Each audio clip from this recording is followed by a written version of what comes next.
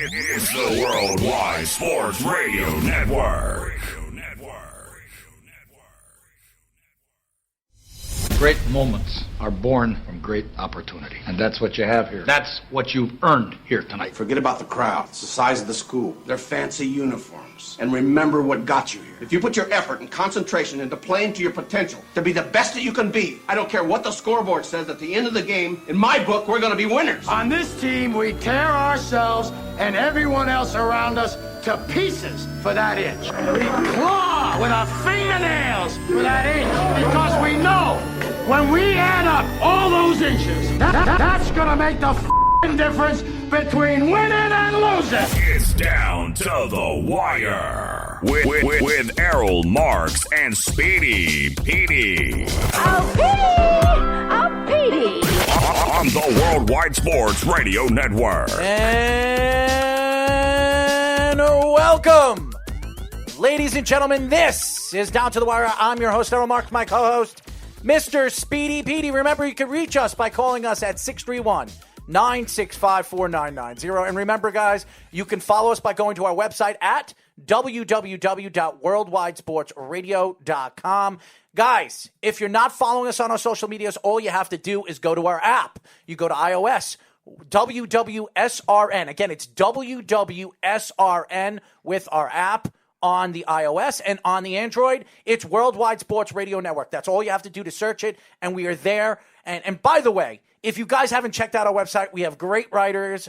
Really, the content on our app is as good as any content on any single app, ESPN, CBS, even Bleacher Report. If you go to their app, it's right in front of your face and right into your hand. So you can absolutely dial whatever you want to see, any of these shows that you've missed. If you like Ryan's show, The Morning Boys, you can check out Ryan's shows and the clips of his shows, and you can also check out our show. So it's really, really great, and if you guys like and you download apps and you like sports apps, you'll love our app. Anyway, Speedy, how was your weekend, man? It was good. Called my parents for Mother's Day twice. Called my mother. We celebrated with my grandparents. We actually got to eat outside for once. It was a nice day. That's good. My aunt and the new guy, Eugene, that she's seeing came over for dinner. Oh, so Eugene, a new boyfriend, huh? Yeah, a new guy she's seeing. He actually has listened to our show. I've told him about it. Is he a big fan of us? Yeah. Is he a fan, or he's just somebody that just says, you know what, I like sports, I'll listen to you idiots? No, he's actually... Well, you're the idiot. I'm the funny one. He actually was... something like that. He actually has been listening ever since I first met him, and even before that, too. He was listening to, I guess, because my aunt told him about us, and he's been listening ever since. Thank you for listening to us, Eugene. He is a big sports fan. He's actually a Jets fan, and he's a Mets fan, I believe, and a Knicks fan. Well, thank you, Speedy, for the whole analogy. Anyways, we have a great show lined up for you guys at 6:30. We're going to be talking to NFL analyst and the founder of the NFL Podcast Network, Dave Dameshek. So he'll be joining us at 6:30. And at 7 o'clock, we will be talking to former NFL scout and CFL scout, Russell Lande. So he will be joining us. He'll talk about the NFL, the draft, and how, the differences between scouting for the CFL and the NFL. So that'll be interesting as we move forward. But first things first, I want to get into The Last Dance. And I know a lot of people are, in the 90s and really the late 80s were big Chicago Bulls fans. One of the reasons why, Michael Jordan. Michael Jordan is one of the greatest basketball players, if not the greatest, to me, the greatest athlete to ever play in professional sports. And he was a special, special player. Everything that we saw Michael Jordan do, it was like out of a video game. It really was. And episode 7 really got down to the 93 Bulls championship. And Michael Jordan, this is a guy that was cerebral. He'd go out there and he pushes players. Practices, you saw him with Scott, on the team at the time of the 93 Bulls, how much he put pressure on some of the players on that team. B.J. Armstrong talked about it, that Michael Jordan wasn't a fun player to play with. Nope. He wasn't a guy that you would like. But this guy knew how to win. He was all about winning. And he took this team on his back, and he made sure that we were going to play as hard as we could as a team. It included beating up Steve Kerr too.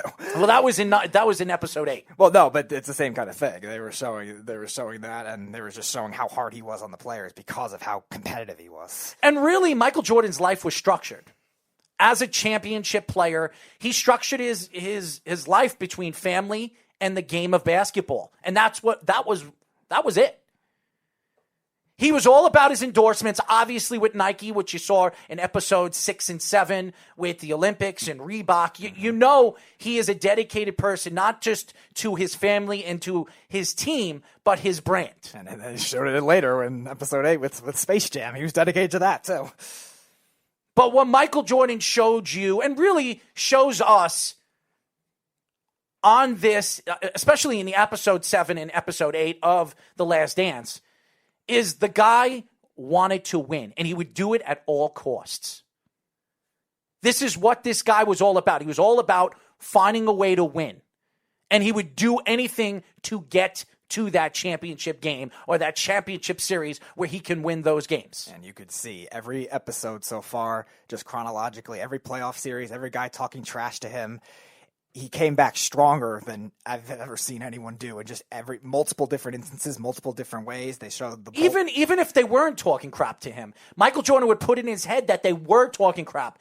Right. If I'm not mistaken, there was a game against the Bullets. Right. Who was that guy? Because I never heard of the guy. He scored 38 points against Michael Jordan, and then the game after, on a back-to-back day where he went to Washington, he scored 36 points in the first half of the game. Right. Against the same guy, Scott. Right. And there was I think it was Scott. I forget his name, but he said that, all right, he said that, oh, nice game, Michael Jordan. And Michael Jordan said, oh, no, well, I never didn't said say that. I never said that. Right. We found that out later, so that was a whole thing. But again, regardless of if he said it or not, Michael Jordan still took it as fuel.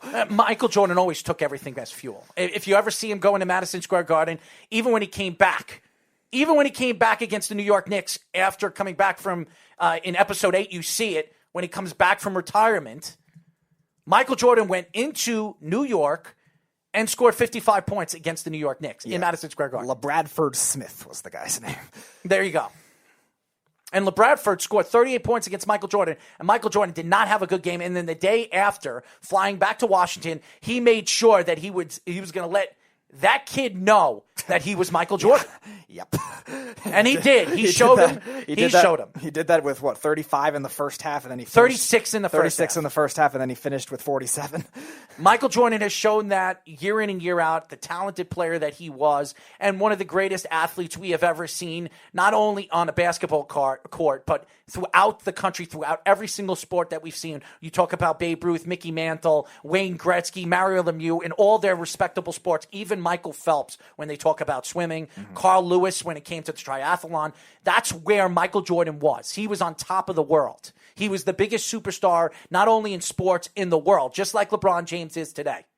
That's why a lot of people compare Michael Jordan and LeBron James, which there is no comparison to any one of those guys. Yeah, I think what you're seeing in this series in particular is just how fierce of a competitor and really, it's not even that. Michael Jordan was just a completely cerebral player. Right. That's the type of player that he was. Just how good of a leader he was, too, intensity-wise, motivation-wise. Well, that's why they compare Kobe Bryant to Michael Jordan. Right. And, again, LeBron has it to some extent, but I don't think he'll ever have it to what Michael Jordan did. And you're seeing it with not only his rivalries, but his teammates. I would take that back because LeBron James has proven that. He came back from a 3-1 deficit against arguably one of the greatest basketball teams ever in the Golden State Warriors when they had 73 wins that year.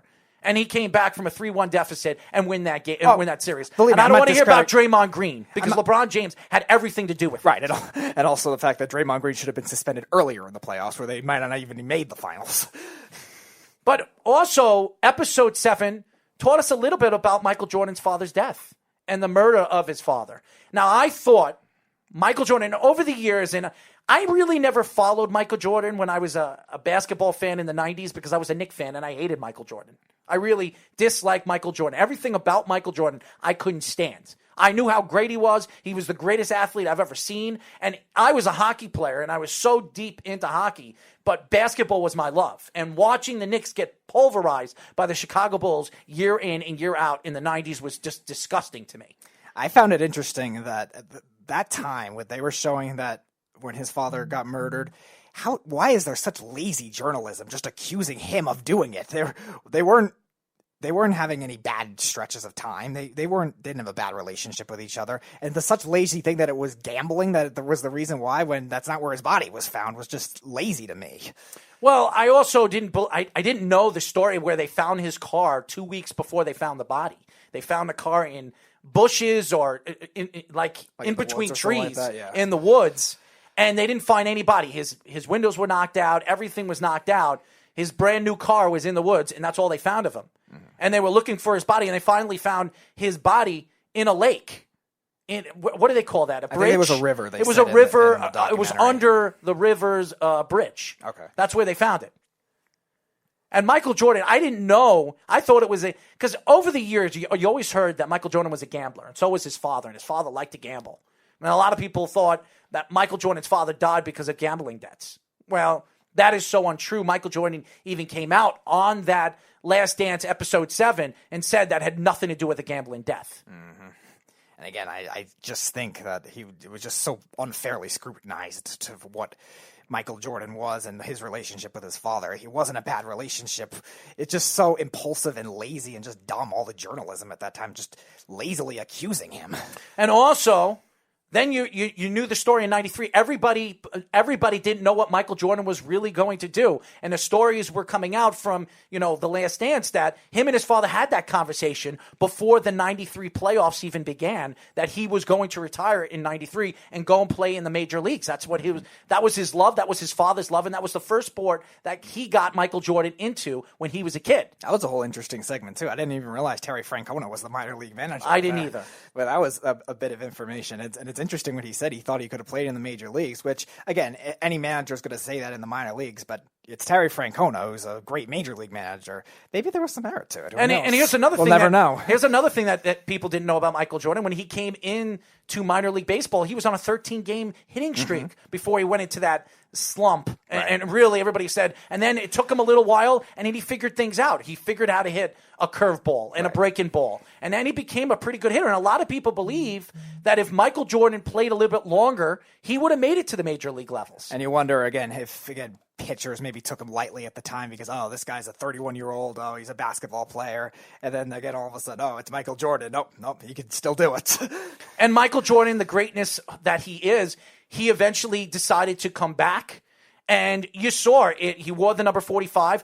And I remember when he came back in the middle of the season, was at the end of the season, Michael Jordan, when you play baseball, and it's a completely different training of your body. And you heard what his physical therapist / trainer told everybody, in this documentary, that to go from basketball to baseball at the age of 31, it's really going to beat the hell out of your body, and you might never play basketball again. Mm-hmm. And he was very surprised that Michael Jordan decided to come back in the strike season of baseball when the Chicago White Sox wanted to call him up to the major leagues, and he said that he will not go and just be called up because the baseball league was going to be on strike, and they were going to bring strike. He didn't want to be thought of as a replacement player kind of thing. And so he decided to step away from baseball to go back to basketball. But before that, he reached out to B.J. Armstrong. He met up with B.J. Armstrong, and B.J. Armstrong brought him to the team, and he started having private practices, 3 or 4 private practices with the Chicago Bulls before he decided to come back. And then when he came back, he was like a little kid, a rookie again, because his father was no longer there. He had his father there every single game, every single playoff game. His father was there when he raised those trophies. He was a completely different beast when he came back from baseball to basketball. Yeah. And wearing the number 45, playing against, who was he playing against in the semifinals? I think it was the Orlando Magic. Yeah. And Anderson said, 45 is not 23. And what did he do when he came back? That next game, he came back with the number 23. Mm-hmm. Okay. And Michael Jordan had one of those fantastic games. He had one of those vengeance games that we talk about all the time, even though they lost the series. I mean, he just showed that he still can get back into the game just as quick as anyone could do. Just playing baseball for, a year and a half. And they were saying it all the time. It's different muscles that are worked out for baseball and basketball, different strength routines, stamina routines, anything like that. So it was just very tough for him to do it that season. But again, after that, we know what happened after that. 72-10. Exactly. And then you look at episode 8, and it goes right into Space Jams. And after he lost against Orlando, you saw how upset he was and how he wanted to get right back on, right back on the bike. He wanted to get right back in the gym and train. And right after the season, his trainer said, do you want me to reach out to you 2-3 weeks? Usually Michael Jordan takes 2 or 3 weeks off. He went right back into training. Then he started doing the Space Jam movie, and they actually built a gym and a workout session for him that during the 8 hours, 9 hours they were recording the movie. After that, he was doing 2-3 hours of training after that, and then practicing with NBA players that were coming over there and training and playing pickup games with Michael Jordan for 3 hours. That's nuts. That's like 7-8 hours of basketball all at once. You would think 7 to 8 hours. He did 8 hours of movie roles, then 2 hours worth of training, and then 3 hours worth of basketball, back and back play for 3 hours with guys like Reggie Miller, Dennis Rodman, Scottie Pippen. All these players came, Patrick Ewing, they all came to practice with Michael Jordan because Michael Jordan was so upset of losing against the Orlando Magic. He wanted to make sure that he was in tip-top shape before the 96 season. And it was interesting. They said they actually used that as a scouting report for those certain players too. That maybe he hadn't faced in a while, or he didn't face up close. A lot of those players, he ended up gaining a lot of knowledge from just how they played. Because again, movies can script many different things differently, but it's interesting the knowledge that he took in terms of transitioning the movie game into the real game. And before the season even started, the Steve Kerr incident with Michael Jordan, where Michael Jordan was saying and talking a lot of crap to some of the players because he was upset that these players were having fun on the court, and they weren't a part of those championship 93, 92, and 91 championship teams of the Chicago Bulls. Yeah, they were saying, I think there was, 5 new players since Michael Jordan played? Luke Longley, Weatherton, whatever his name is. Wennington, Tony Kukoc, and Kerr. Steve Kerr. There was other two. There was two other guys. Okay. There were 2 other guys. There were about 5 or 6 players that were not part of the team or the organization when they won those titles. And Michael Jordan said he wasn't there playing games. He wanted to make sure that these guys knew what he was all about. And Steve Kerr didn't like it.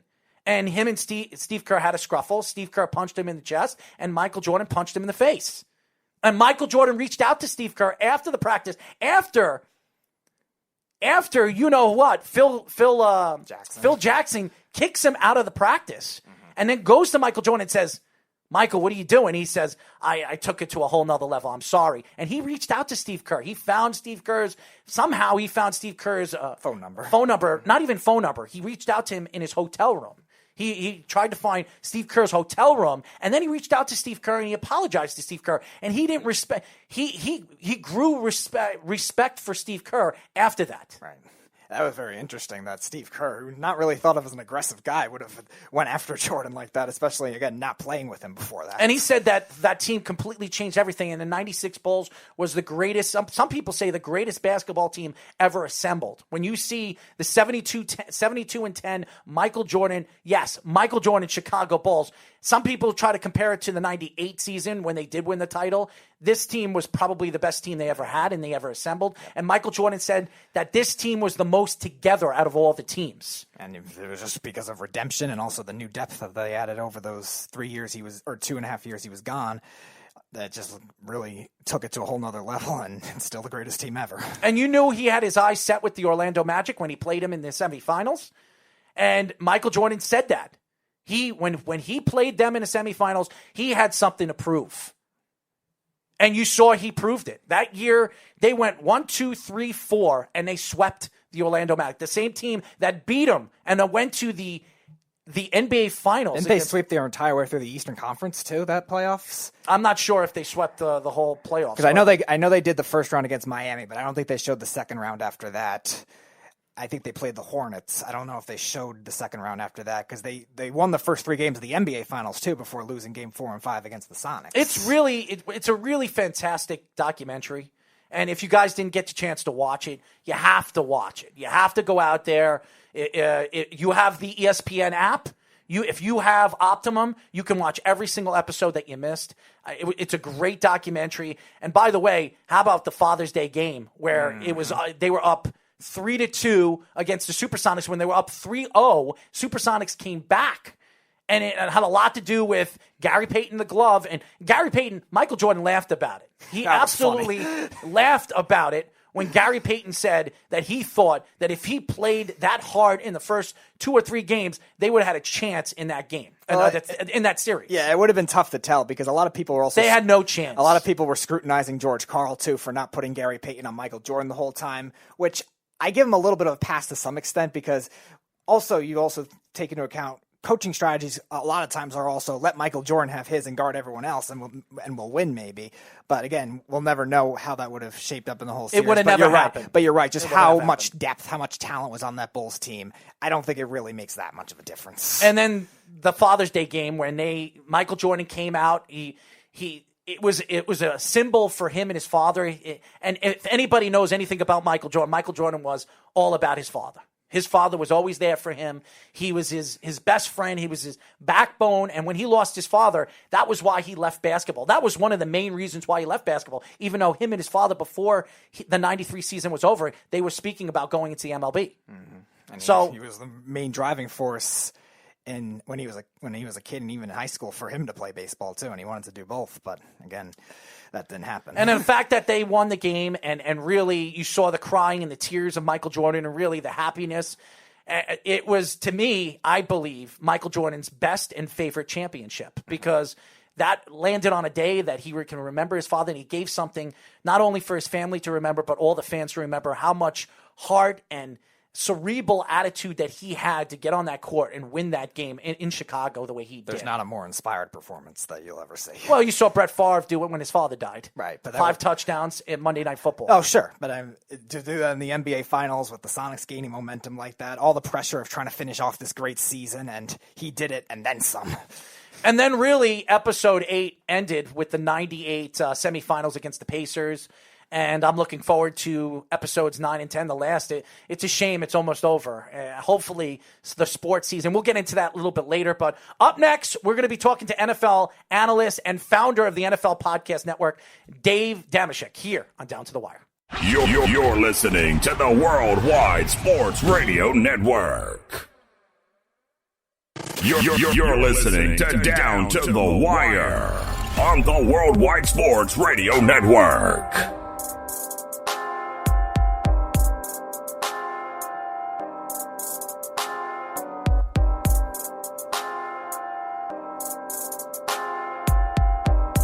Six 631-965-4990 is the number. As you know, Down to the Wire is live every single Monday and Tuesday from 6 p.m. to 8 p.m. Eastern Standard Time.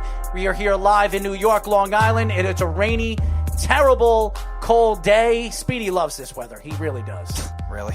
I'm the one that loves this weather. But I love it. You know, The Last Dance, we got an opportunity to watch The Last Dance last night. Hopefully sports are coming back. But we have our first guest of the day, and you guys know him on the NFL Network, NFL analyst and founder of the NFL Podcast Network, Dave Dameshek. What's going on, Dave? Hey, what's happening, man? I'm the founder of the podcast network. I'll take it. I don't know if I deserve it, but I'll Look at take that, it Speedy. anyway. It's fine. Well, you're one of the founders. How's that sound? Right, exactly. Well, whatever. Listen, let's that's fine. This is the time of dodgy facts. So listen, let's just roll with that. It makes me sound better. Well, it makes you sound better. It makes you look better. It just, you're a beautiful man inside and out, my friend. That's all I can say about that. Thank you, sir. Anyways, how are you and your family doing with COVID-19 and everything that's going on with what's going on in the world right now? Well, like the rest of the world, I miss sports something awful, but I hate to say it in a public forum because it makes me sound insensitive, but I have a 3 and a 5-year-old, and they are completely unaware of anything beyond their immediate little universe, and so I try to look at it through their eyes. They don't know anything bad is going on outside our 4 walls, and so it really is. I already have said to my wife, we're going to look back on this time and relish all the good quality time we got with the little ones when we had a chance to. It's unbelievable. It's incredible. And I know ESPN and CBS are all trying to put on all these old basketball games, these old football games, and And The Last Dance has been unbelievable, not only for the world to really get to know who the Chicago Bulls are, but it really helps, sports come back. And it's great right now. We watched the NFL virtual draft, which is incredible, which we're going to get into in just 1 second with you. We had Cynthia Freeland, your counterpartner over there at the NFL Network. She was great, and she really spoke highly of the NFL draft and what the NFL did going into this product that everybody was trying to wonder, what are they going to do with this virtual draft? How is this going to make sense? So what are your thoughts with the NFL draft and bringing it to the virtual side of the world? I'm somebody who shoots his mouth off and then celebrates when I'm right and ignores when I am wrong and hopes the rest of the world forgets any of my bad predictions. But I did say when this all started, I feel like that society has in these last couple of months sort of started to identify things that were important to hold on to. And,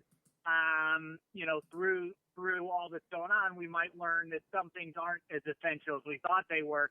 And among those things, one, do we all need to go into work every day? Do we need to get into the, especially in big cities and stuff, do we need to sit in the rush hour traffic for an hour or whatever? If you're going from the island into Manhattan, I'm sure you deal with it. I don't know how often you do that, but going from the San Fernando Valley into my job, do you need to do that? And same goes for the draft specifically.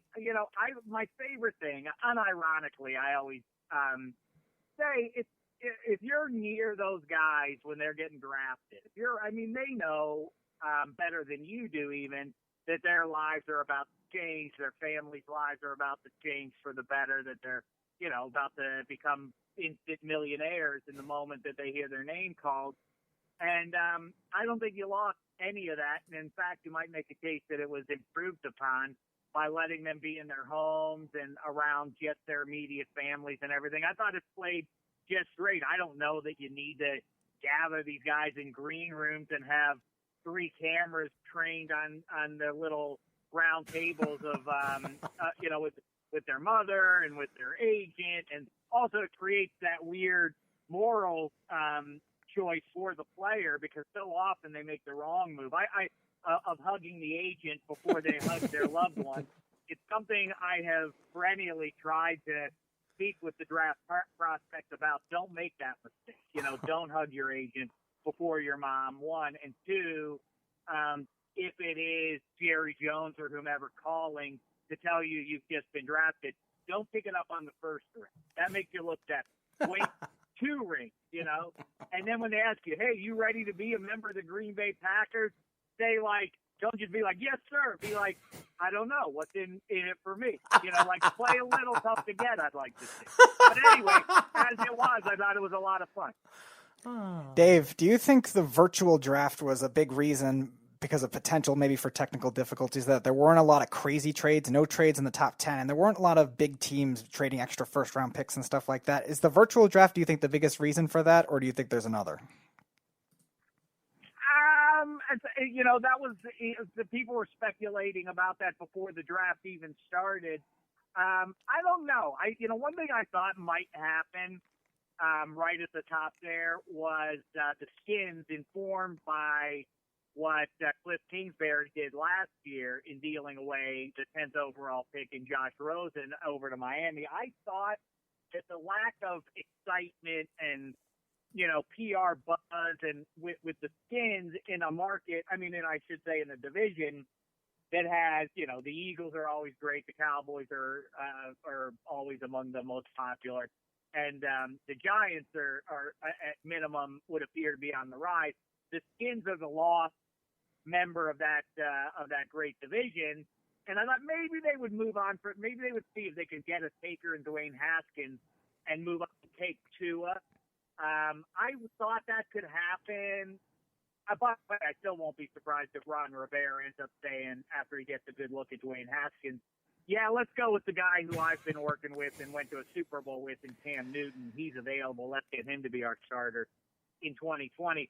But anyway, I'm now ruminating on trades and transactions that could have happened that didn't happen. I don't know. Because the story coming out of it was that a lot of GMs and personnel guys said, wait, have we needed to do the countless hours of draft prep that we've always done until this year? Maybe we don't need that going forward. So, I don't know. That seems like a reach to me, to be honest with you, that the teams otherwise decided in their billion-dollar operations were like, it's too hard to figure out on the computer, so let's just skip it. That doesn't seem right. But then again, you're in draft week when they were doing tests of it that they were that were busting in the pre-draft little demos that they were doing among the 32 teams. So maybe there is something to that. I'm not sure. We are talking to NFL analyst Dave Dameshek. Now, Dave, a lot of people were very surprised that CeeDee Lamb was sitting there at 17 and Jerry Jeudy was sitting there at 15. Were you surprised that the Cowboys got, to me, probably the best wide receiver in this year's draft? Yeah, I mean, the short answer is I am surprised. I really, the wild card, it's funny.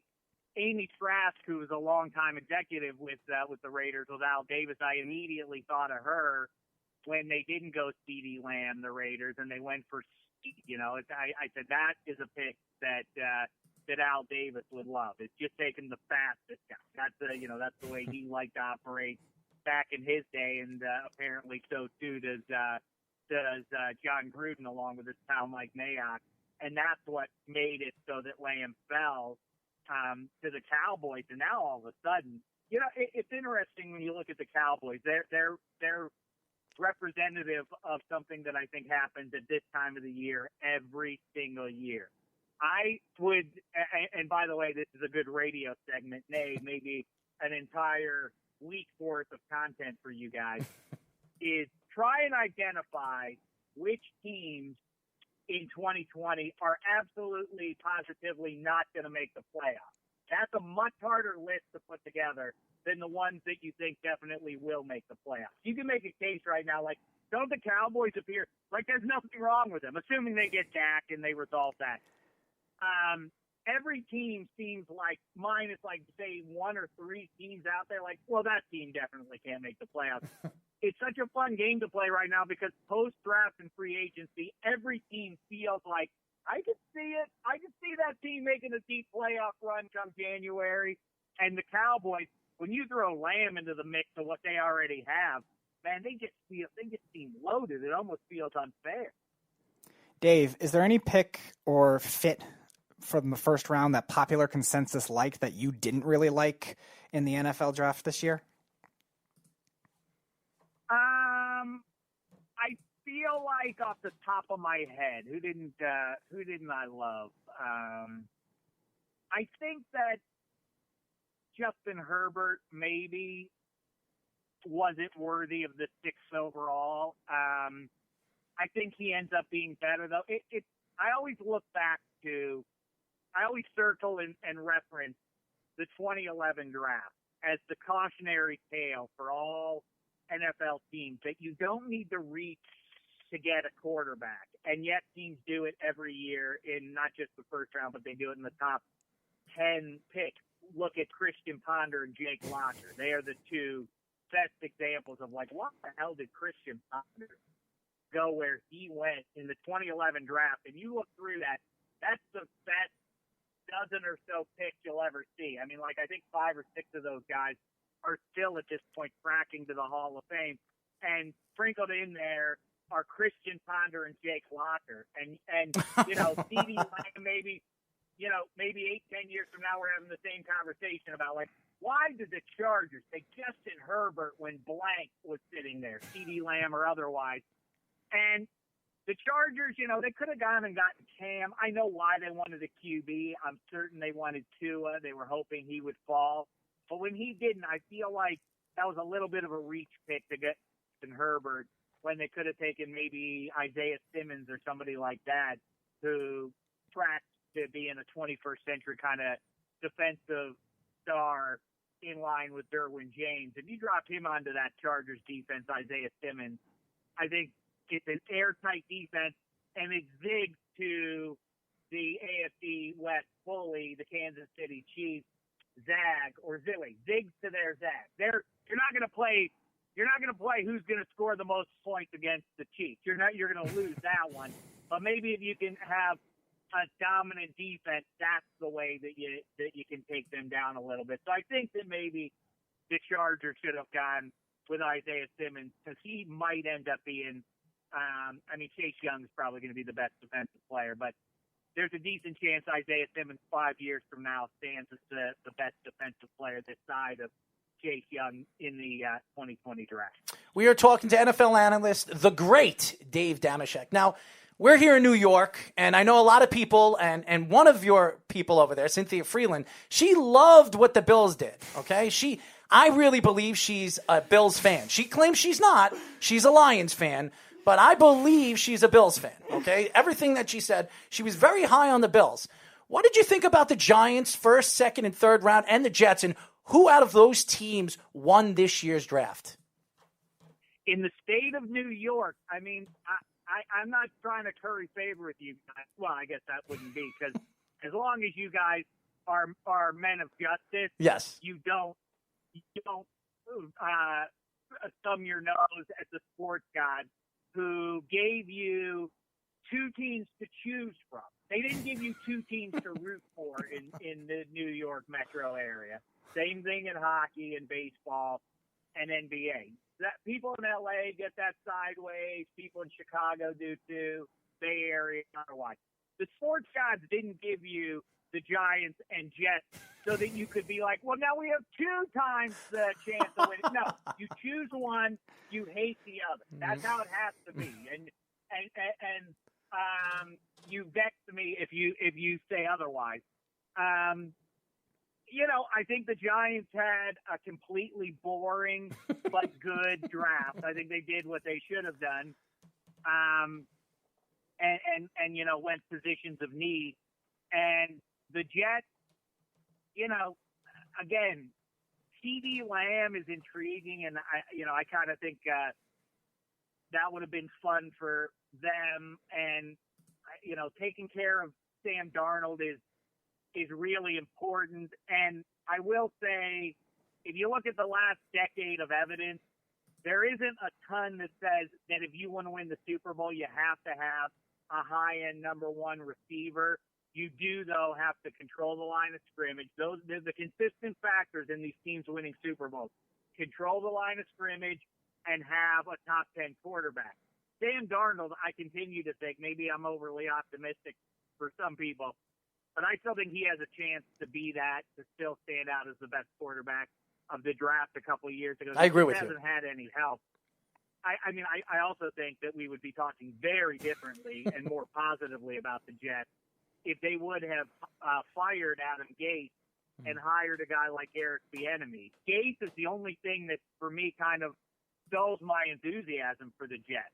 Otherwise it's like, yeah, that's a team on the rise, but they happen to be in a division with the Buffalo Bills, who I really, really, really believe in. Oh, there it is. Another fan. I really like them. And again, now the knock on them is, well, Josh Allen is inaccurate.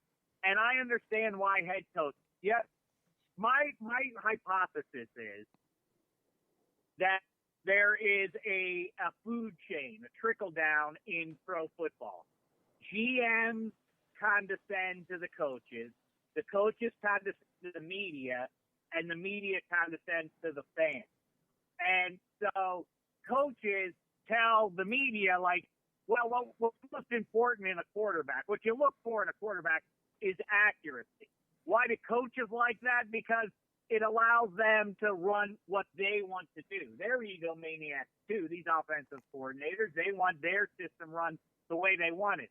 Accurate guys like Breeze, Brady, Peyton, they fulfill the potential of what this offense is. They don't like off-script guys as much. They don't like Cam Newton, Ben Roethlisberger, Josh Allen, guys who have cannons for arms, are, sometimes spray the ball around, but extend plays with their legs, their physical nature. Not Mike Vick take off with the ball and run away from everybody. A big physical, sling it around, can take a hit, bounce outside the pocket, make a play downfield.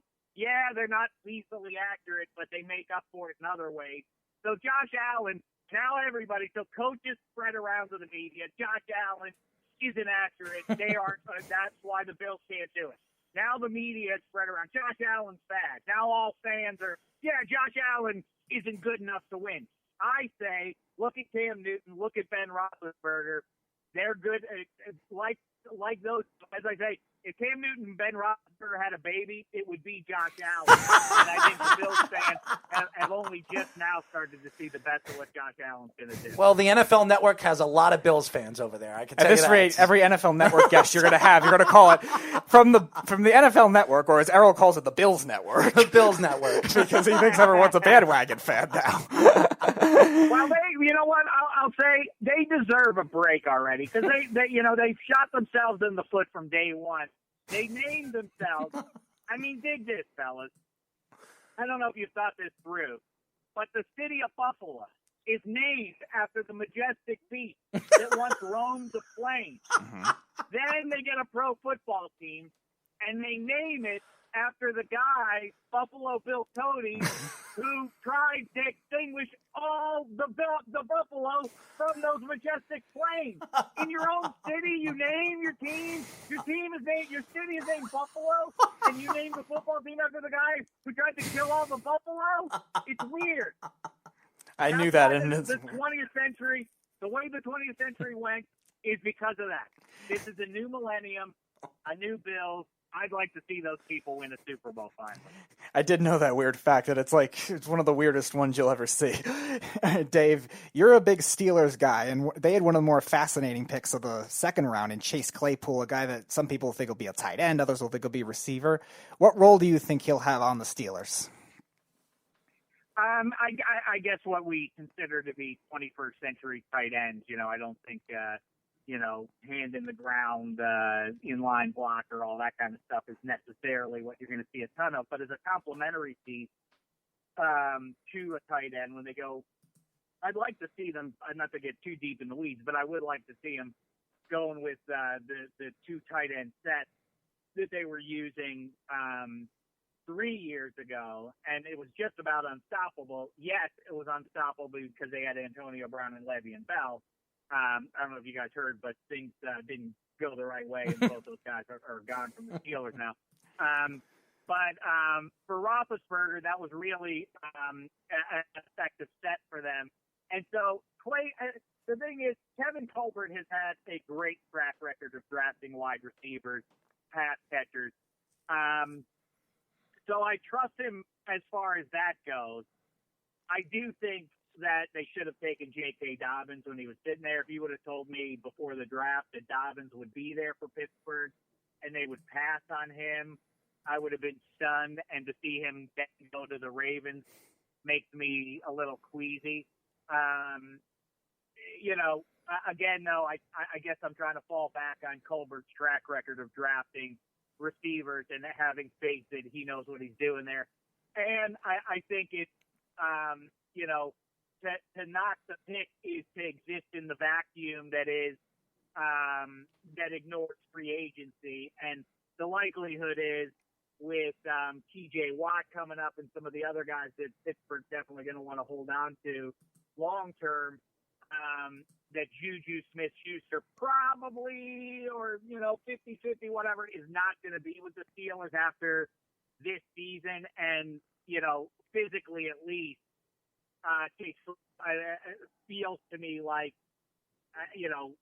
roughly capable of filling that role that Juju has for the last couple of years.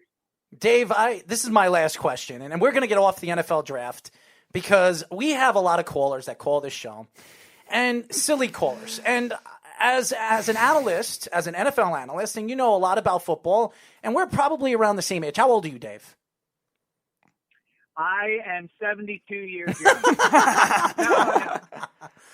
I forget. No, I late 40s. Okay, so years of age. I'm 38. So I was around when Barry Sanders dominated the game in the late 80s and really early 90s. He was the most explosive offensive player I've seen of my time in football. And some people will say Jerry Rice, and other people will say different defensive players like Ronnie Lott or whoever you want to, or Taylor, whoever you want to say. But this particular fan that calls the show, and we call him the Beeve, and he's from Bayshore, he loves his Cowboys, and he loves Ezekiel Elliott. Absolutely adores this guy. And I love Zeke too. I think he's a great running back, and he's an outstanding player. Just needs to shut his mouth. But he believes, and he told me that if he played behind the same, Ezekiel Elliott played behind the same offensive line as the Lions in those times with Barry Sanders, he would run the ball just as well and have just as good at numbers as Barry Sanders did in that time. Do you believe that? Zeke Elliott? Zeke Elliott, yes. Yes.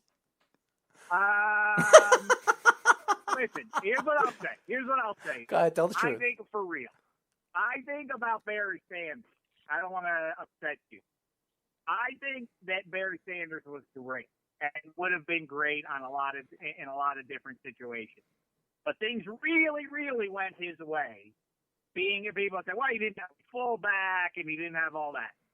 But they ran the Miles Davis offense that was, it wasn't a completely never before seen kind of approach, but they really spread the defense out, and they would put Barry back there in that single back setup, and the field was really spread out. But what it allowed him to do was, if you go back and look at his halftime stats, if you can dig them up. Mm-hmm. There are games where he's like at the half or late in the second quarter, where he's like 8 carries for 11 yards. He was a home run hitter, and that's how he would play it. I'm sure if you put him if you put him on the Skins with Joe Gibbs, they said, that's not what we need from you, Barry. We need you to 3 yards in a cloud of dust and beat this other team into submission. He might have been able to do that, but his chief virtue was hitting the big home runs. And so he was that spread offense that Miles Davis popularized really was ideal, because he would dance in the backfield and just look for the situation to snap one off. So to me, in the all-time, I don't do all-time. I didn't see Red Grange or anybody else play. And by the way, football was irrelevant back then, so who cares? Until 1958, it's the greatest game ever played because it made football relevant. So then if it happened before, it doesn't matter, right? That's the logic that should apply. I apply the Super Bowl era as the modern era. And in the modern era, I would put and I thought Barry Sanders was awesome. He's the all-time highlight guy. But I like Eric Dickerson and Earl Campbell better than I like Barry Sanders. If I'm drafting running backs for my team. But would you say he's a little bit out of his mind thinking that Ezekiel Elliott could have run behind the same line in that time? Come on, be honest, Dave. No, I'm with you. That's still. No, I just had to go into my, because I have to be contentious, and I have to knock you first by saying that Barry Sanders, wow, great, one of the 4 or 5 best running backs of the Super Bowl era, is a scooch overrated when people think he's the best they've ever seen. Well, Dave, why don't you tell all the fans how they can find you and how they can find your podcast? I know you have a podcast on the NFL Network podcast. I do. Yeah, best bet is I do various podcasts, various places. If you go to @Dameshek on Twitter, I shamelessly promote all of it. So that's probably your best one-stop shop to go to. And next time, since you're in Long Island, we have to delve into the painful history for Pittsburgh Penguins fans against the New York Islanders. It's not a happy one for Lemieux, Crosby, and otherwise. Well, good, because I'm an Islander fan. So there you go. So we can absolutely go back and forth. Believe it or not, my favorite player. You're 38, and so that makes you too young to remember what happened in '82 when the Pens almost interrupted your dynasty 2 cups in, and then 11 years later, David Volek and company did interrupt our two-time Cup champion Penguins. Very painful. Now I've upset myself by talking about it. I could have gotten out of this without the emotional torment. Well, we will get into a little bit of hockey next time, and we definitely want to get you on. If there is an NFL season, there definitely is going to be an NFL season. I believe Roger Goodell and all the execs are really trying to figure out when are they going to start and how they're going to start and if there are going to be fans. in the audience. But I think there will be an NFL season, and when there is, I would love to get you back on, Dave. Excellent. I'll look forward to it. Thank you, Dave. As everybody knows, thank you, Dave. Be well. You too, my friend. You and your family. Dave Dameshek, unbelievable. Great interview. As you guys know, we have another interview coming right up next. We're going to be talking to ex-NFL scout and CFL scout Russell Lande here on Down to the Wire. You're listening to the Worldwide Sports Radio Network. You're listening to Down to the Wire on the Worldwide Sports Radio Network.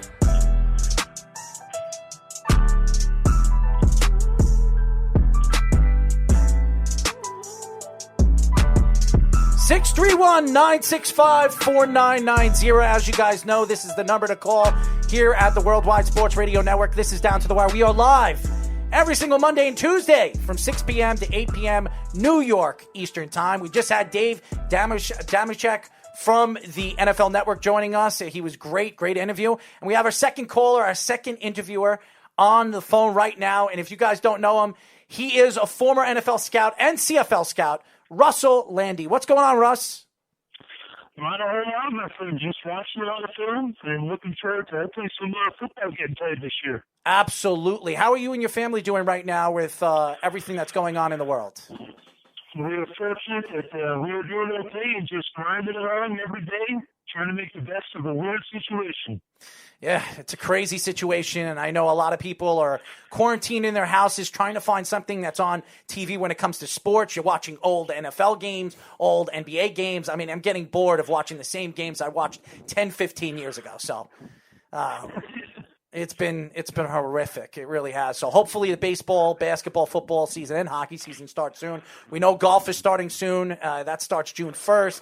And then we have the NASCAR, which I'm not a big NASCAR fan, but they're starting a week from now. I think they already had a race recently. Did they? Too. I thought that like 2 weeks ago or something. No. They're starting soon. Okay. They're starting soon. So NASCAR and then golf and hopefully every other sport after that. So why don't we get into the NFL? And this year was the first NFL virtual draft. We've spoke to a lot of different analysts and different writers about this. What were your thoughts with the NFL pushing this virtual draft, which was very unique and very different? Firstly, I think one of the weird things is a lot of people are saying, why did they do it? But the reality is I don't think anybody in the NFL or anywhere, to say the least, knows what's going to happen. And if they had pushed this draft and waited, and all of a sudden, situation where the country was resolved, the NFL would have been caught not having done what they needed to have a season. So they were forced to do this. I think they did the best in a weird situation.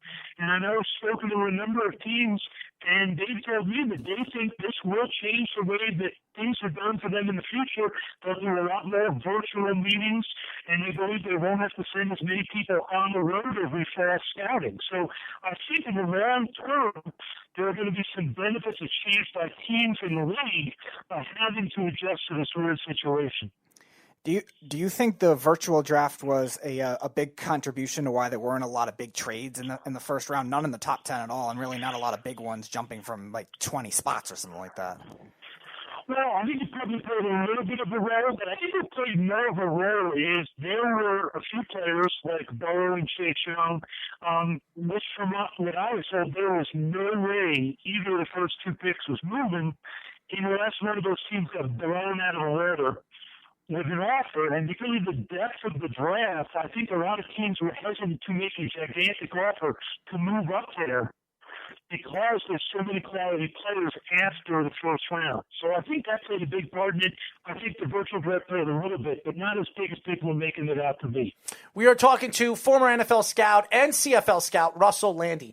Now, Russ, when you look at the NFL and the growth of some of these young players that we've seen year in and year out, and you see a talent like CeeDee Lamb falling to number 17 with the Cowboys. And there are a lot of Cowboy fans that didn't like that pick, which I have no idea why they didn't like that pick. This guy was one of the most explosive wide receivers we've seen come out of the draft since really Julio Jones. What are your thoughts you were just saying there are a lot of players that fall year in and year out. Were you surprised this year that a lot of great players fell into the second round and some in the third round? Not dramatically. I really wasn't that dramatically shocked. And the reason being is there was so much talent in the draft. And you have to remember that almost every team's draft board is going to look very different because they all play different schemes. Their coaches have different coaching styles, which you're going to see different players learning styles better. So the boards are going to look dramatically different. So when you have a lot of talent in the draft and so many different boards, you're going to see some good players slide. If it was a draft with a overall talent in the top 70 players, you might not have seen some of those guys like a Grant Delpit slide down into the second round. He might have been at the bottom of the first round guy. But there's so much talent that teams can get nitpicky and say, yeah, he doesn't fit exactly what we do. We're going to go with someone that's just as talented at a different position. My question is, as a scout, we were talking about the athleticism of some certain players. How much did the metrics of the combine and just athletic metrics determine how much you liked a player and thought they could succeed in the NFL? Was it a large percentage? Was it half and half kind of thing? How much did that factor in? Oh, it's not anywhere near half and half. I would say the metrics are probably a 5 to 10% part of it. I was just speaking to somebody actually yesterday, higher up with an NFL team, and his exact description of it to me was, hey, the combine and the numbers, those are great. Just to sort of double check, if you as a staff, everybody says this guy's an elite athlete and he tests poorly at the combine, it means you as a staff have to go watch the film and make sure, hey, what we saw is great athleticism. We weren't falling in love with maybe his production and his toughness, and vice versa. If the guy tests off the charts, but was not really explosive or dynamic player in college, you go back and watch the film to make sure, hey, are we missing something? And is there a reason this guy tested so much better than his production or than what we saw on film? And it's really just a cross-check. If you base a lot of your grade on just those numbers with the combine, there's a good chance you're going to be drafting poorly and drafting in the top 10 up pretty regularly. Russ, you were a part of the 92 to 98 Rams, and this is a team that really got built to me, the greatest show on turf. You talk about Kurt Warner and some of the great wide receivers they had on the team, and you were a part of that. You helped draft some of these players. You helped scout some of these players. What were your thoughts to the Rams organization in that time when they were growing into a championship competitive team? Well, the organization had a big lift when Coach Vermeil came there. And he brought in Charlie Army as the sort of head of scouting. Prior to Coach Vermeil, the organization as a whole, not just scouting and coaching, was not always focused on how we win every day. There were a lot of different people that were just content with, if we lose, it's okay because we're working in professional football. And Vermeil got everybody to start focusing on the right direction. Charlie Army got things much more organized in terms of the scouting department. And those two people really made a dramatic difference in allowing the Rams to become successful. What points of emphasis do you think you've changed within scouting, whether it's offensive or defensive players, from the time you were with the Rams from 94 to 98 to today? Could you say that one more time? I'm sorry? I said, what points of emphasis do you think have changed the most within scouting from when you started with the Rams to today? Oh, that's a great question. I would think there's more emphasis now on above the shoulders, to mental makeup, the emotional intelligence. I think that's something that as the game has gotten more complex in terms of offensive schemes, defensive schemes, the checks with the line of scrimmage, the adjustments that need to be made, players have to be quicker mentally. And I think that's something that teams have to investigate much more. It's much harder to have a player come in now that is not particularly bright and doesn't learn well and be able to get him playing very fast. And that is a real challenge, and I think that's one of the reasons that scouting is still somewhat of a roll of the dice, because it's hard to figure out what goes on above the shoulder, and it just gets harder and harder as the league becomes more and more complex. We are talking to former NFL scout and CFL scout Russell Lande. Now, Russ, I look at the NFL and scouting, and I'm not a scout. And I would love to be a scout because I love watching college and high school games. We go over there, we do play-by-play with some of these young kids. But my question to you is, when you look at Tom Brady, he was a sixth-round draft pick, and everybody was talking about, wow, that was a steal. Look at one of the greatest quarterbacks to ever play the game. Were you surprised that Tom Brady changed and really transitioned into the star quarterback he became? I mean, yeah, I was definitely. I didn't. When I graded him coming out of Michigan, I did not envision him becoming an all-pro superstar Hall of Famer. I gave him a future starters grade, a third-round grade when he was coming out of Michigan. But there were questions, and that again points back to the mental makeup. Some of the things that are hard to see when a quarterback, especially like Tom, was being pulled in and out of a lineup because they had a quarterback named Drew Henson there in Michigan. You didn't get to see how Tom did over 3 or 4 years in college when things went poorly. How did he handle it? How did he adjust to it? What type of leader was he? Those things were hard to tell because he wasn't a 3 or 4 year starter. But that's what makes this business great, is that players like that can slip through the cracks and get found in the 6th round. In addition to the Rams, you also went to the Browns later. What were some of the big differences of the way the Rams scouted when you were there, maybe their points of emphasis versus the Browns? Was it stylistically different? What were some of the comparisons between those two teams? And do you think it's drastically different among every team across the league? Well, I don't think it's drastically different in terms of how they organize it. I think it's very different in how they structure their board. I would say one of the bigger differences we had at the Browns was that when I first got there, it was very organized. We had people like Dwight Clark was our president and Joe Collins was our director of player personnel, and they were very experienced in the business. Joe had been in it 30 years, so our scouting department was very organized. When we had meetings, they were detail-oriented. And unfortunately, that shifted. While I was there, Joe was replaced by someone who had only worked for literally 1 year as an intern in the NFL, and all of a sudden he was pretty much put in charge of scouting. And we went from being the most organized scouting department I'd ever been a part of to completely disorganized and disjointed, and that was a big part of the problem we had in terms of bringing in consistent talent once Joe Collins was gone. We are talking to former NFL scout, NCFL scout, Russell Lande. Now, Russ, you've been a scout for a very, very long time. And knowing that, is there a particular player that you scouted that became an NFL superstar? And which NFL superstar really stood out to you when you were scouting him? I mean, when I was scouting, I wrote Mark Over. A player that I gave a very high grade to when he was at West Virginia. He came out, was a 6th-round pick, washed out on his first 2 stops in the league with New Orleans and Cincinnati, ended up going to the Rams and becoming a 3 or 4-time quarterback. He was a guy that I really felt had the tools to be special when I saw him at West Virginia, and he proved me correctly. There are so many great players. Also, when I was at the Browns, I was fortunate to scout Bob Sanders at Iowa. And he was probably the one guy of all the players. He may not have been the best I ever saw, but he was the one that jumped out the most on the field. And when you met with him and talked to him, you just knew this guy was a leader, and he was able to handle being a leader of men in an NFL locker room. And that was one of his great traits when he got to the Colts and really proved himself to be a great player. Was he was a natural leader, which is very hard to find. It was a shame with his injuries, I'll tell you that. Bob Sanders was a great player, and he could have been even greater if he didn't get all those injuries really early in his career. Yeah, there's no doubt. He was a special football player. He was a human missile. Threw all over the field. He had great plays against the run. Was way better in coverage than I think people expected him to be coming out of college.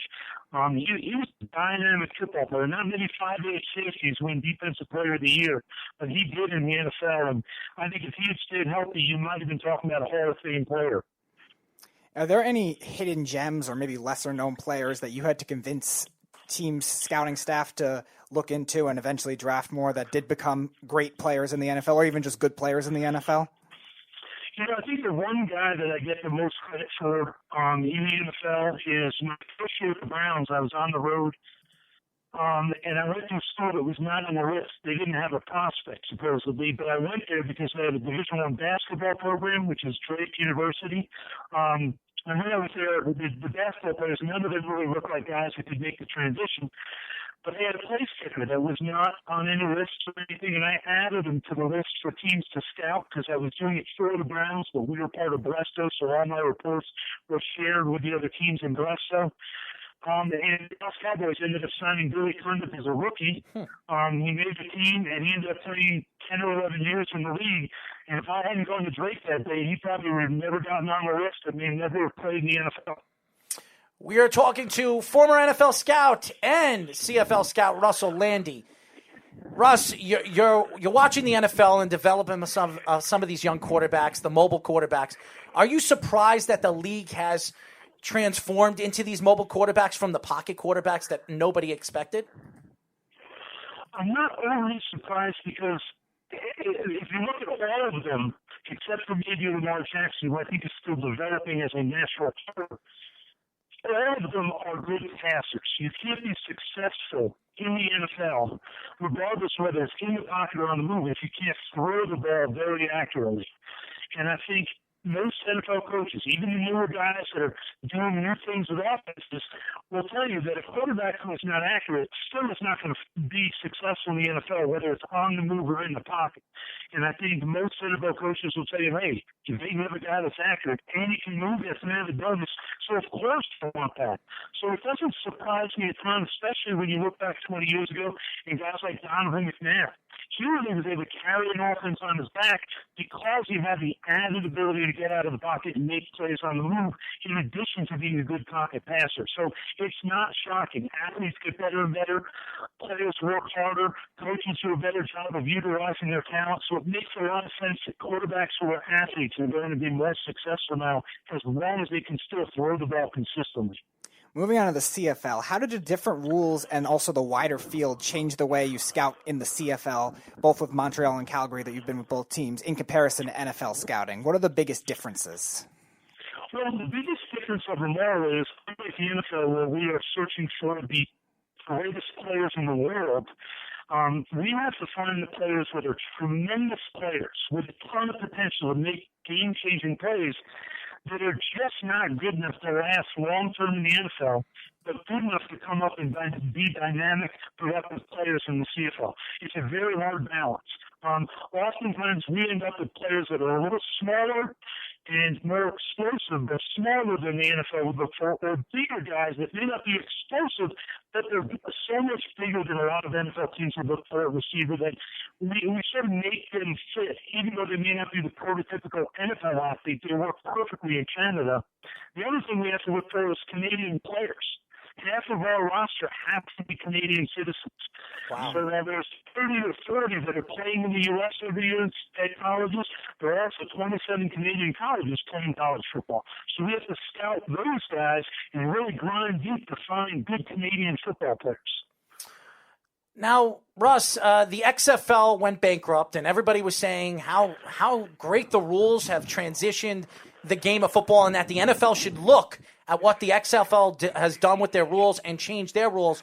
If they want to change some kind of rules, change it to the XFL rules.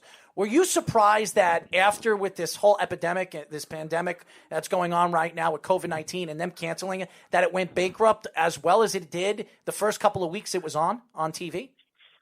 Yeah, I was really surprised. And in truth, I don't know how much the league's finances itself had to do with the league not surviving. I think it was more the bigger picture of the corporation that owned the XFL. I think the XFL had met most of its targets for financial success going forward. I just think bigger picture, the whole company may have said, we're not going to be able to do well financially if we're spread so thin. Because I think the XFL did a lot of good things. I think their TV numbers were way better than most people thought they would be, even the ones at the end of the season. And I think the football was excellent. I think they did a great job. It's really a shame to see the XFL not there. There's some great people, both coaches, players, and personnel people. They really did a great job of putting that league together. Last question for me. Are there any players in the CFL right now that are currently stars within that league that you think maybe could make an NFL comeback? Oh, that's a tough one. I can't really state how many there are right now because the ones that were really good in the last year or two, most of them have come down. With Calgary, we had a player named Trey Roberson, and another player, Adams, both defensive backs. They both came down for the NFL this year and got legitimate signing bonuses with Green Bay and the Bears, respectively. And I think Trey Roberson is going to be a guy that ends up at some point challenging to be a starting quarterback for the Chicago Bears. Every year there's probably 8 to 10 guys that get signed. They get real money to come down and sign and have a legit chance to be contributing players in the NFL. And then another 10 or 15 sign with the hope that they can stick as backups. There's a lot more talent in the CFL than American fans would know, and that's why they need to watch the games on ESPN because there really is a ton of talent up in Canada. Russ, why don't you tell all the fans how they can find you on social media? Do you have a podcast? The best thing they can do is check me out at RussLande.com. I try to tweet as much as I can about players that I see that are going to get NFL opportunities, but I'm not going to tweet about many players that I fall in love with for the CFL because I don't want to give their little secrets to other teams in the CFL. But about players I love or players I don't that are going to be in the NFL, I will happily put my opinion out there for people. Well, Russ, whenever the season starts for the CFL and the NFL, we would love to get you on and love your insight of what's going on in the NFL and the CFL and some of these young players that you've been scouting all these years. That sounds good. Anytime you guys want me to come on, just text or an email, and I will be there. Thank you, Russ. We really appreciate it. No problem at all, guys. Thanks a lot. Absolutely. Ex-former NFL scout, CFL scout, Russell Lande gave us some good insight with the NFL draft, the CFL, the XFL. Great interviews today. Dave Dameshek, who was really, really funny. And he's a Bills fan. It seems like the Bills Network. Might as well call it that at this point. The NFL Network is the Bills Network. Everybody loves the Bills. Everybody from the NFL Network loves the Bills this year to win the division. Boy, oh boy, are they going to be surprised if they don't win the division. I still think there's a great chance the Patriots could win it. And the Jets are a lot better than people state they are. So I think the Jets could really make a surprise. I'm not trusting, and Dave's absolutely right about Adam Gase. I don't trust Adam Gase moving forward. But who's to say Adam Gase is going to be the head coach after this year? I don't think he will be. And again, I think the Jets have the talent to make a run this year in the AFC, especially the weak AFC where there's only 2 teams to really worry about in Kansas City and Baltimore. Right. So I think it's going to be a fun year if there is a season. I believe there's a season. So thanks to Russ and thanks for Dave for joining us. When we come back, we're going to get into some NFL conversation, some NBA conversation here on Down to the Wire. It's the Worldwide Sports Radio Network. You're listening to Down to the Wire on the Worldwide Sports Radio Network.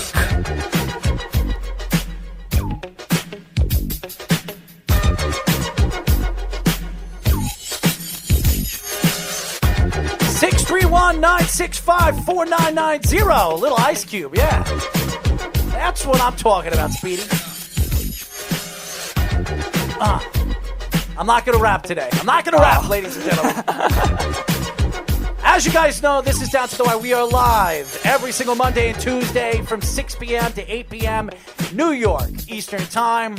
Great interviews today from NFL analyst Dave Dameshek and former NFL scout and CFL scout Russell Lande, who gave us both of them gave us good insight of the NFL draft, the XFL, the CFL. Great interviews. And if you guys want to check it out, you can watch the clip. Speedy will be posting it up all over social media. It was great interviews. But let's get into this topic. And I know everybody was watching this weekend, the UFC. Everybody and their mother was watching the UFC this weekend. And there were a lot of surprise wins. And Tony Ferguson losing that fight was an absolute surprise to me. And I actually fell asleep before the fight, so I watched the replay of the fight the next day.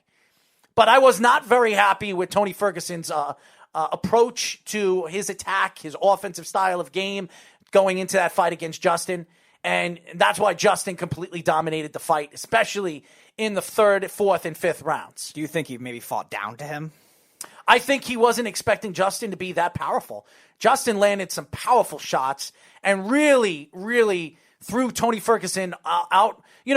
It's funny because when you're training, and Tony Ferguson for the last couple of months has been training for Khabib, and Khabib actually wrote something shouting out to Tony Ferguson, saying that your son will still love you and all this other stuff. I think it was a complete attack to Tony Ferguson, even though the words that he used against Tony Ferguson had nothing to do with taking a shot at him. But I was very, very surprised that Tony Ferguson lost that fight. I really was. Mm-hmm. Yeah, you were hyping it up as something they just threw Gaethje in with him. So when I saw that on Twitter, I was seeing that Gaethje was dominating the fight. I'm like, what? Mm. This is interesting, because I don't know UFC, but again, I think everything I've heard from that show, or your MMA show, that it seemed like Ferguson was a huge favorite. Well, Ferguson was definitely the favorite going into that fight, and really that whole card was a lot better than I thought it was. I really did think that card was a lot better than I thought it was. But again, I didn't expect Ferguson to get dominated that he did in the championship fight, in the championship, the interim championship. And I was very surprised that when you look at the UFC, and everybody keeps, gracing and giving all the credit to the UFC for what they did. The UFC did what they needed to do to make their money. Let's be honest. Let's be damn honest with the whole UFC and the whole profit sharing of what that organization is with ESPN. Okay? The UFC and Dana White wanted to make their money. Now, I was very surprised that one of the fighters was tested for COVID in their weigh-ins, and they didn't cancel the fight. Yeah, Nathan asked me about that when I was on his podcast, and I said probably because it was just one fight. Now, how large was the fight card? Yeah, there was usually the fight cards from the preliminaries to it's usually 5 to 6 fights in the preliminaries, and then the regular card 5 fights. So there's about 11 fights. All right, yeah. So probably since it was only one fight and everyone was there already congregating in that area, maybe that's why they didn't do it. But if they saw another case like that, maybe that same day, maybe they would have canceled them all. What kind of MMA fan really enjoyed that card? I know PSO Rob Mason actually wrote to me and says, I don't know about you, but the UFC looked pretty damn good for that card. I said, I don't know what you were watching, because I watched 2 or 3 good fights, and then the rest of the cards absolutely sucked. It absolutely sucked. Yeah, you said you weren't going to watch it all, didn't you? No, I have to watch because I do an MMA show. Okay. So I have to watch. I have to get all the different thoughts to each and every fight that we're going to get. You didn't want to watch it. No, I didn't want to watch it, and I was very upset that Tony Ferguson lost that fight. I really did. But Tony Ferguson didn't show up to that fight. It wasn't that Justin Cagey didn't show up to that fight. He showed up to that fight. It was Ferguson that didn't show up to that fight, and that's why Ferguson lost that fight. Yeah, you wonder, again, the preparation could be a lot different in terms of fighting a bigger guy, and Khabib is a big name versus Gaethje. Now, where was Gaethje ranked? Because, again, I don't know UFC. Gaethje was ranked, I think, 3rd, if I'm not mistaken, in that division. I think it was 3rd or 2nd in that division. No, he was 2nd in the division. All right. No, wait, Conor was the 3rd in the division. I think it's Ferguson, the number 1 contender. I think Ferguson was the number 1 contender. Then I think Gaethje was the number 2 contender, and then Conor McGregor was the number 3, or Conor was the number 2, and then Gaethje was the number 3. But we have our first call of the day, and you guys know him from our show, Caged in MMA. Anthony Andarosi, what's going on, Ant? Did somebody say UFC? Yes. Oh my goodness. Yeah. Well, just like we said, the fight card sucked. Plain and simple. Now, mind you, yes, you have your little moments of shock. Like, I think the first one was the COVID-19, which I love when they find out that one of Jacare's family members, or a couple of his family members, were positive. They found out on Wednesday. Mm-hmm. They wait, okay, and don't say, get the hell out of here. They wait and let him mill around with the other 2 corners, who also, and here's the other thing, the other 2 of his corners tested positive as well. That's right. So this is the beauty of, I'm glad the UFC said they were first. Not only they were going to be first, but I think I saw Bobby Campbell and a couple of people wrote this. Well, what happens now? Do things get pushed back if, God forbid, somebody gets sick? Well, in regards to incubation period, we don't know who's sick yet, but I think a lot of people were probably wondering, for all of the masks that you saw around the ring, which I got a kick out of, because here's the biggest question I had, and a lot of people have. if you don't have anybody in the stands, why do you need an arena that goddamn big in the first place? And you're complaining about money. You're complaining about money, but let's rent out an arena.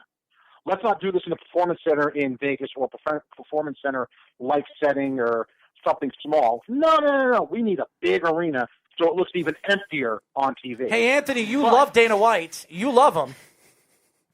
Hey, you want to know something? I'll tell you right now. I've always given Dana White a lot of credit for what he's done for the sport and everything. But here's the thing. Based off of the fact that you wanted to be number one, you wanted to get your Disney money, which is what this fight card was, which is another reason, and if anybody wants to say it's not a spectacle, that he's going to do this, and then on Wednesday there's another fight night, and on Saturday there's another fight night. No, it's because he hasn't had enough paychecks from Disney, so he gets 3 paychecks from Disney right there, based off distribution. Now, we talked about the Gaethje fight. Gaethje, obviously, that was a huge upset. Upset. Why? Because even on it was huge upset. Huge upset. I mean, hell, I was hoping that Ferguson won because then I wouldn't have been 5 for 5 on my DraftKings picks. So that would have been the first thing. Hey, listen, I actually it was a nice 5-fight parlay that I had there. You put down $25, you win $350. But when it was all said and done, Ferguson had to go back into his Oliver McCall, alien sighting mode. A couple of times, I don't know what the hell he was doing, where he looked like he was getting ready to do kung fu. You can't tell me that was a Ferguson who was mentally there. Not saying physically. Physically, I'm perfectly satisfied with the idea that he was ready to fight anybody. 2 weeks ago, he was supposed to fight Khabib, and it wasn't going to happen. So I feel like, from a standpoint of conditioning and everything, he was ready. Mentally, yeah, he was on Saturn. I don't know what the hell he was doing. Flat out. I was surprised. Now he's got he's got a broken eye orbital now. I know he's going to be out for a while. He's going to be out for a while. And you're going to worry about the 6 months. nerve stuff whenever it heals with the, in regards to your, the peripheral vision and everything. Nobody fought, and he wanted to fight, he fought. That was it. Well, that's why you're never going to see Khabib and Ferguson fight now. It's never going to happen. Based off of the way Ferguson fought, if he won a decision in that case, I wouldn't have wanted to see it anyway.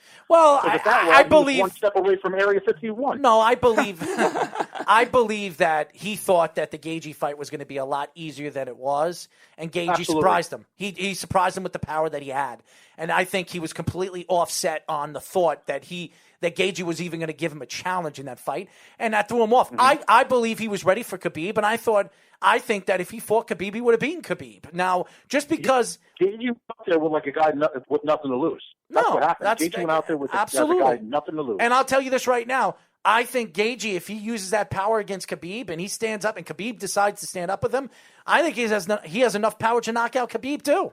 I really do. I don't know about that. I do. Just based off of, because I don't feel like that was a 100%. We can put an asterisk next to it if you want and say, this was, his power is before the alien sighting. Yeah, but circumstances kind of thing. Yeah, but damn well, Anthony, that power is for real. That power is for real. You saw Ferguson's He's always face. had the power, even in when he was in other organizations. He always had the power. The biggest thing with Gaethje is the wear and tear he's had on his body. His eye isn't crooked for a reason, for no reason. I mean, there's a reason why he constantly looks like he's staring at the tip of his nose. But and people say I'm making fun of him. I am making fun of this because an epic card. No, it's not. It wasn't an epic card. You put Dominic Cruz in there. Dominic Cruz hasn't fought since Ronda Rousey fought. And was it a big surprise that he lost against Henry Cejudo? Anthony, you want to hear this? No, it wasn't. Anthony, you want to hear this? I get a text message at 1:30 in the morning by PSO founder Rob Mason, and he tells me, "Hey, I'll read it off to you, Anthony, because I have to read it off." Rob, no offense to you, but Rob, who thinks Dana White is creative, here, that guy. He says, "I gotta say, for a casual fan, the UFC 249." Has been entertaining as hell. That's what he tells me. Hold on, at 12:53 a.m. on Saturday night. I was sleeping, by the way. I didn't even get to watch the Ferguson fight until the next day. I watched the replay of the fight because I fell asleep to it. So, and who wrote that? This was Rob Mason from PSO. We had him on Monday, and him and Errol got in a whole argument. He said Dana White is a creative genius or something like that. And, wait a second. And Errol, obviously, you know how he feels about Dana White. Yeah, they went PSL, at it for a while. The organization that we're talking to right now, he's got great insight with the MLB, and he doesn't know really anything about the UFC. So I'm not going to take a shot at him because he really doesn't know anything about fighting. No, it's okay. I mean, in all honesty, when it's as he said, he's a casual fan, and to a casual fan, I'm sure it was, entertaining. Why? We haven't had anything other than Korean baseball and cornhole championships in ping pong for the last 2 months. So if that was the case, I mean, a game of bridge with a whole bunch of old ladies is exciting at this point. I'm surprised. So of course, I'm surprised. I'm not taking shots at him either. I'm surprised the UFC didn't. For sports. Anthony, I'm surprised the UFC didn't do the cardboard cutout thing to fill that large arena. You want to know something? I'm telling you, Speedy, I don't get it. They're bitching about money. Oh, how much do you think that damn venue cost? Number one. Not to mention, it made no sense. We're worried about money, but we need a big-ass arena. To fit what? Nothing. My only guess, I think, is maybe they didn't have enough time, being they canceled it a bunch of times. Maybe they didn't have time to scramble around and set up another arena for that event. Here's the thing. They have that locked up for 3 days. This past fight, the next one on Wednesday. In some ways, the one on Wednesday, I think I'm more inclined to watch because at the fight night, it's not drummed up as this, oh my God, but you have a lot of young talent on it. You have Anthony Smith on there with Glover Teixeira, you know what I mean? A nice little, veteran versus, upcoming guy.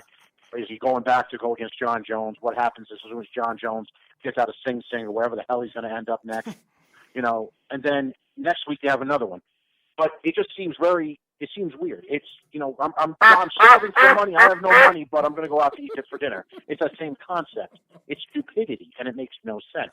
What doesn't even make more sense, we all know what's under, whatever you see on camera is obviously, it's etched in stone. It's etched in everybody's heads.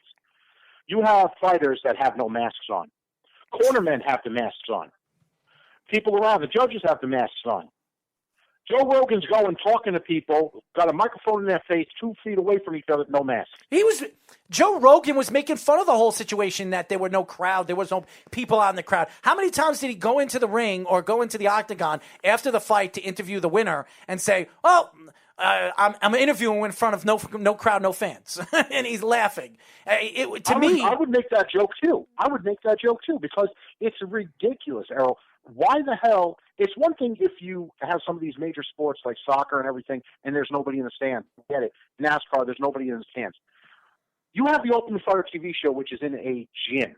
It's pretty much a gymnasium, if we could call it that.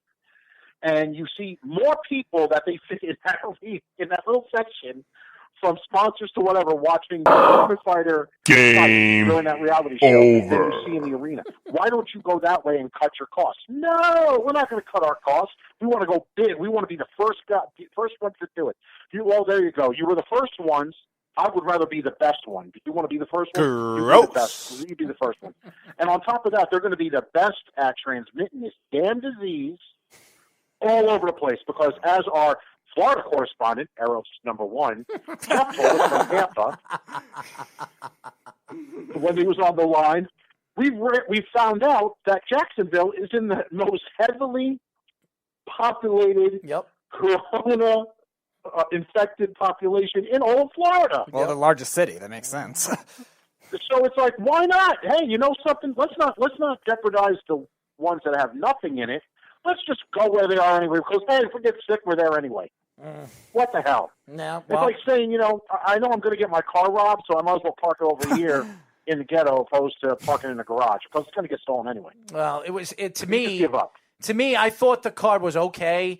I got to see Mitchell, and I told you that. I texted you. I know you're going to say he fought nobody, but he fought a black belt. Mitchell sucks.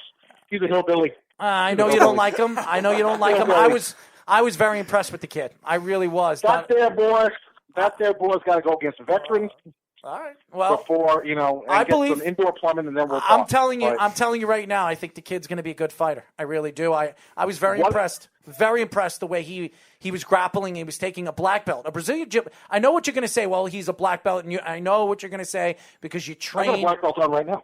That's fine. But the fact is that this guy is an MMA fighter who is a black belt, and he tapped that black belt out. So, to me, he controlled that kid.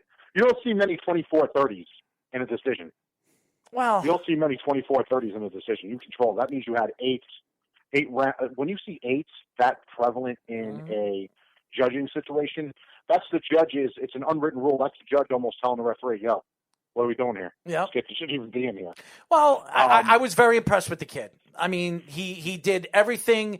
I told you, what does the UFC have to look forward to? And I still don't think they have much. But this kid who I was very impressed. I know you're impressed with, what's his name again? The kid that we were talking about over here after the show. Who, Sadiq Youssef? Yep, Sadiq. So you no, like... No, Sadiq is good, but you want to know something? Here's the other thing, and we're gonna talk about this on the show on Friday. Yeah. One thing a lot of people don't realize, and this came out right during the telecast, as we all know, Khabib missing in action. He's, saving the whales and opening his mouth, feeding the homeless, opening his mouth and taking his shots, which he can't get into right now. Yeah, opening his mouth and taking shots at Ferguson after losing that fight. Exactly. He's off Twittering from somewhere. He was probably in the first row. Who knows? He was hiding in the empty arena. But here's the funny thing, and this is what's going out there, and a lot of people haven't mentioned it yet, but I will. People are talking about Francis Nagau's performance, knocking that guy out in 20 seconds, which was that was a legit contender he knocked out in 20 seconds too. That was insane. Does he get enough? Should he get the title shot? Absolutely. But Dana White's talking about stripping Stipe because he hasn't fought or defended his title. He fought on UFC 241, which was not more than maybe like 3-4 months ago. When the hell has Khabib defended his title? And he still has it. Oh, it's taken a long time because you remember he was suspended for 9 months with the Conor McGregor thing, and they didn't strip him from that. But Stipe, because he not only is he a fireman, or a firefighter, a first responder, because he says, "I just want to let this stuff slide, and then we'll get back to it. But I'll fight whoever you put in front of me." He actually said that, whether it's DC or Nagao, I'll fight whoever you put in front of me. I just want to make sure that DC's coming back. Safe. DC's coming back. DC said he would come back and fight Francis Nagao. Mind you how he said this.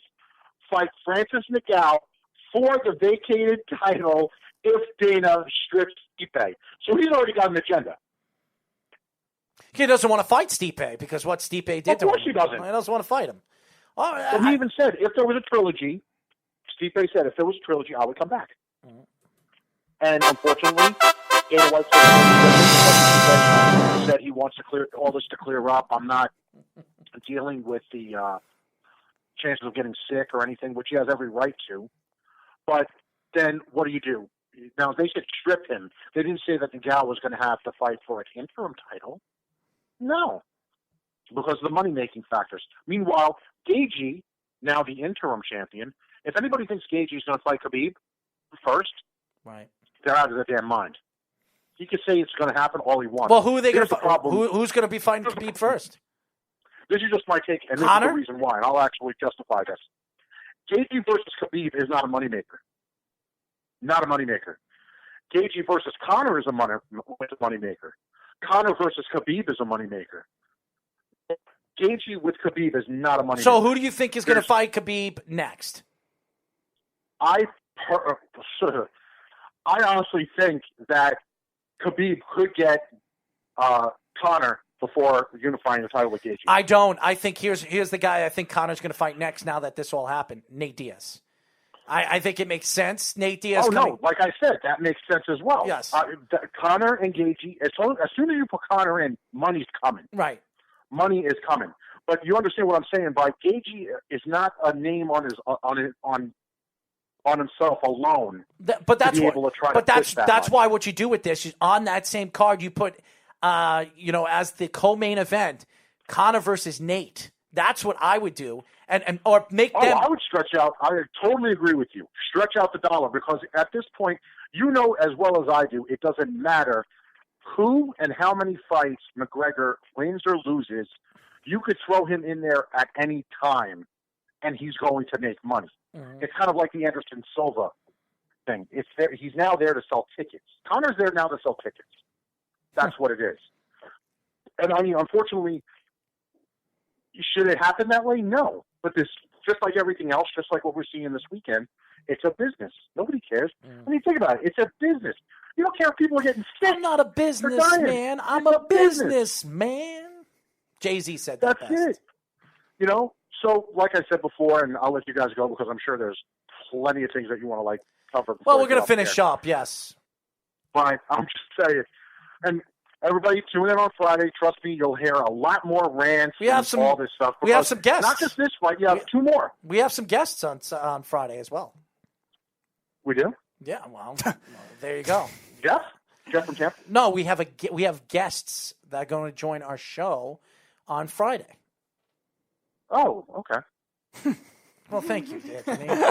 Obviously, you're not aware of anything. Well, no. If this has something to do with something that I spoke to somebody about, that somebody thinks that they're getting on Friday, that ain't happening. But that one ain't happening. Why? But hopefully, the other one is. That would be so fun. Now that we've let all that mystery out there, everybody's just got to tune in and find out. Or are we just throwing a smoke screen in the fact that Errol's going to start screaming at? But but then again, what would Friday be without that? It's like having Sunday with no Sunday mass. Well, I'll hold off on what I really have to say about Dana White. I'll use that. I'll use that on Friday. That will be my whole positive influence for all the fans to listen to on Friday. Well, everybody needs to keep an eye out on the new Instagram for Cajun MMA, because you'll have my new degenerate gambling picks on there by tomorrow night.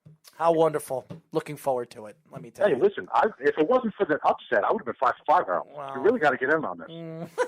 I'm not getting on. You really got to get in on I am not getting in on any betting fights. And that was for a $25 bet. I'm telling you. Oh, man. This guy, he's It's becoming. so close, he went man. from dollar bets to $25. You finally convinced him. It's moving up, man. He's moving up on the east side. That's for Hey, sure. listen, I'm working off stimulus money. Jeff gave me the idea. I'm working off stimulus money now. You are crazy.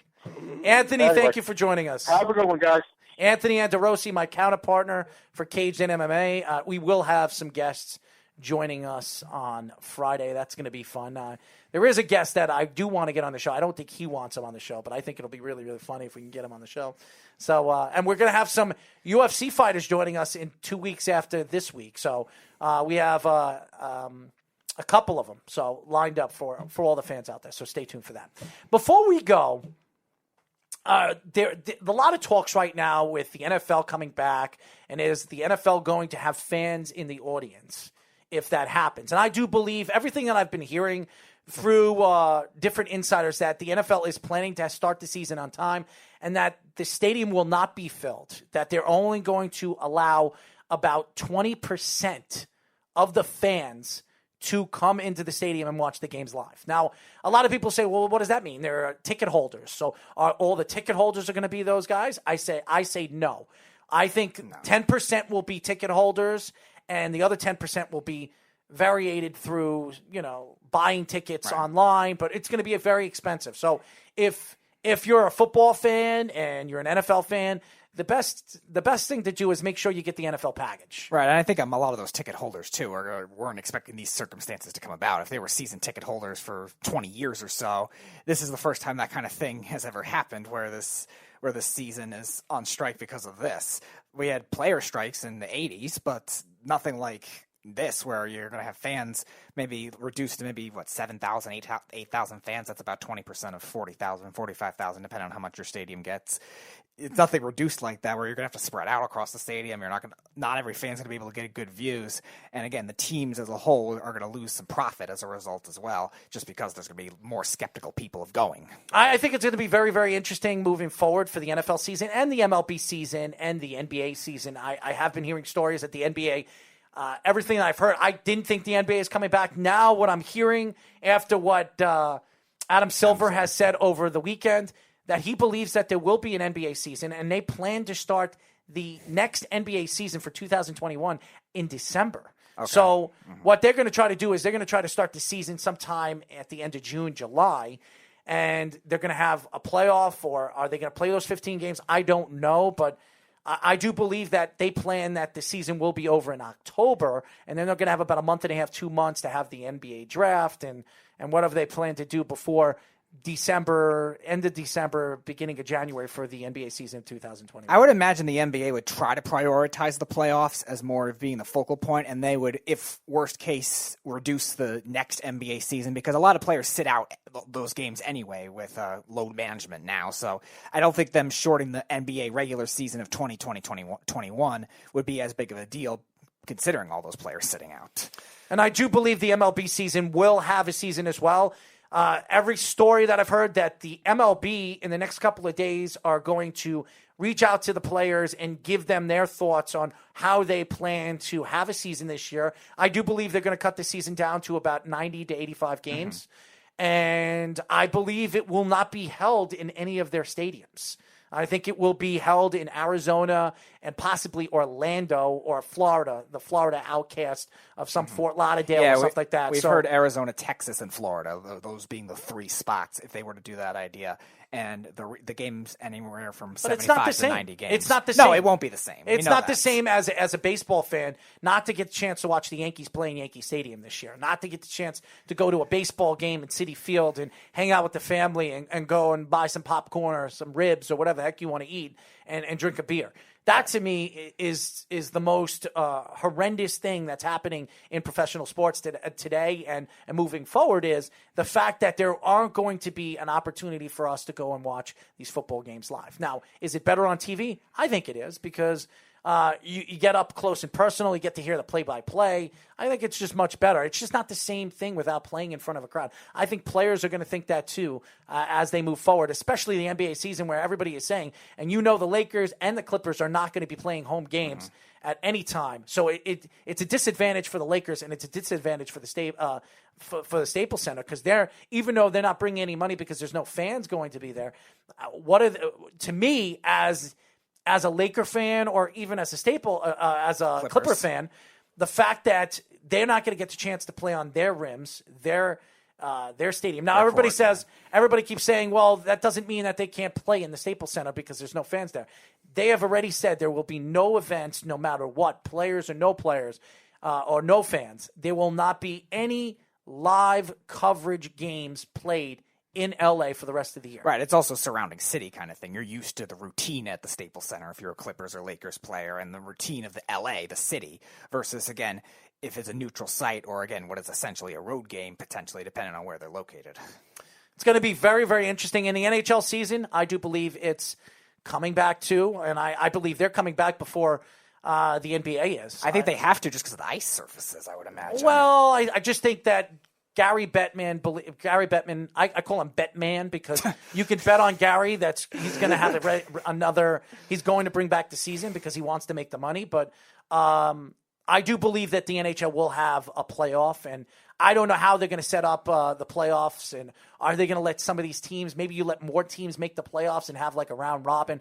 I don't know what the NHL is going to plan to do, because it's not fair to some of these teams like the Islanders and the Rangers are 1 point or 2 points out of a playoff spot, and they don't get a chance to play their 15, 16 games that could get them into the playoffs. I don't think that's fair to any of those teams. So maybe Gary Bettman does a round robin with some of these teams and some of these the closer teams to make the play. I don't know. Yeah, they might do it like if there was the 7 seed plays the 10 and the 9 plays the 8 in a 1-game playoff or something like that, like MLB does with their wild card teams. You might see something like that, or maybe best of 3 series or something like that. I'm going to be very interested to see what the NHL is going to do with their playoff format. Move and format for the NHL, if there is the rest of the season for the NHL. I do believe there is.